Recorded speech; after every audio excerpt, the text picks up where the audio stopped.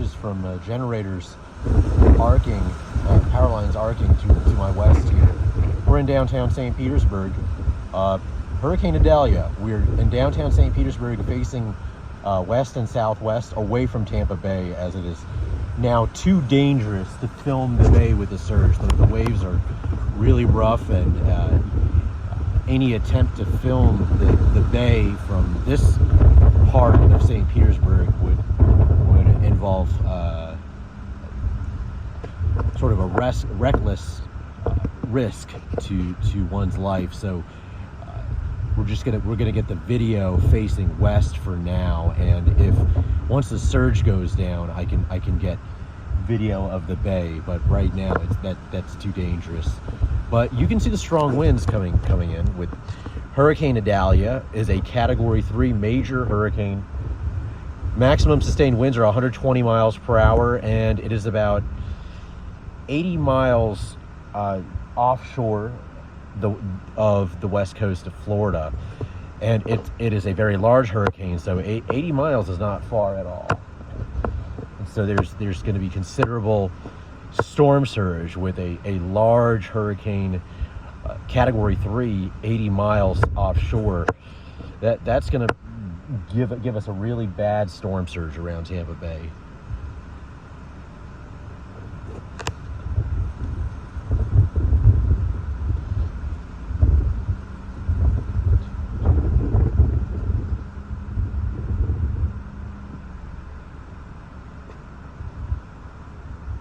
There you go. First responders and police officers that you can see they're trying to avoid the roads that are submerged in storm surge to my north.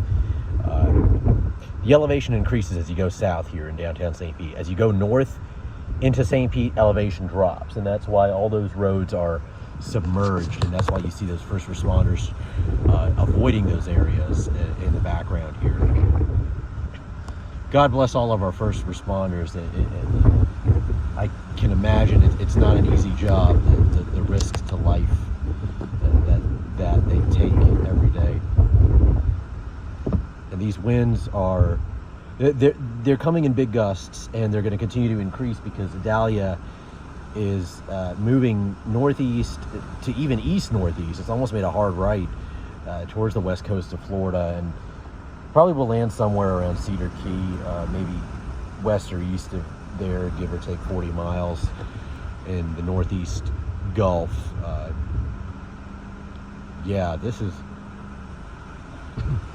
The surge is almost as high as it was during Hurricane Ada's extraordinary surge 3 years ago. We may break the record. St. Pete's record surge, highest ever, I believe since the 1950s. They didn't have it during the 1921 hurricane when St. Pete had a 10-foot to 15-foot surge. The record at that relatively new spot is about 4 feet of surge, and we are currently, at last check, at 3 feet of surge, and the surge is only beginning to come in. So I expect that we will break that record, and there will be a lot of damaging flooding here to these hundreds and hundreds of homes that are just right on the water at sea level. The wind is not relenting. It just continues to just pump in that storm surge, which is what you would expect when you have a Category 3 hurricane with 120 mile per hour winds sitting only 80 miles offshore.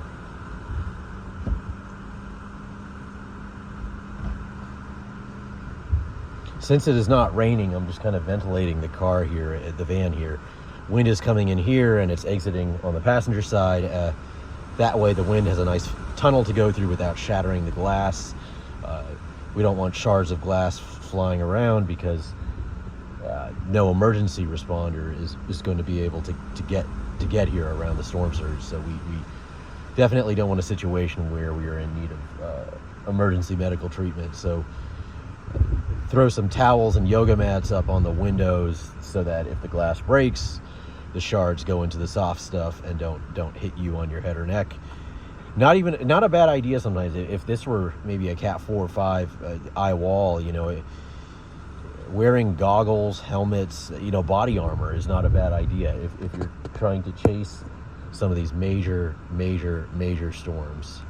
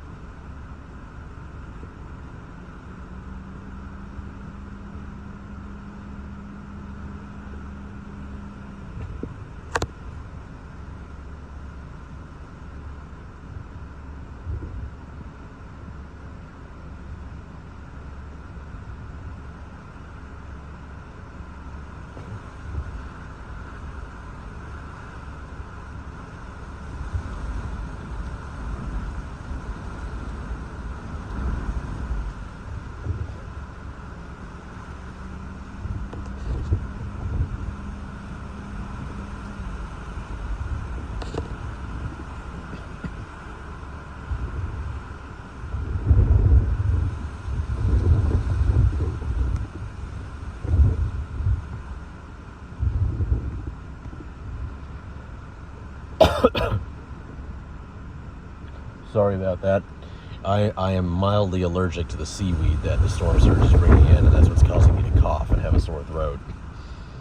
That seaweed allergies are never fun when you live on a bay, but it took some Benadryl. It's helping a little bit. It's just comes with the package of living here, Every place has its delights and its annoyances, and in this case it's that irritating seaweed that makes some people cough and get sore throats. But there's so much beauty here that a little bit of seaweed is not gonna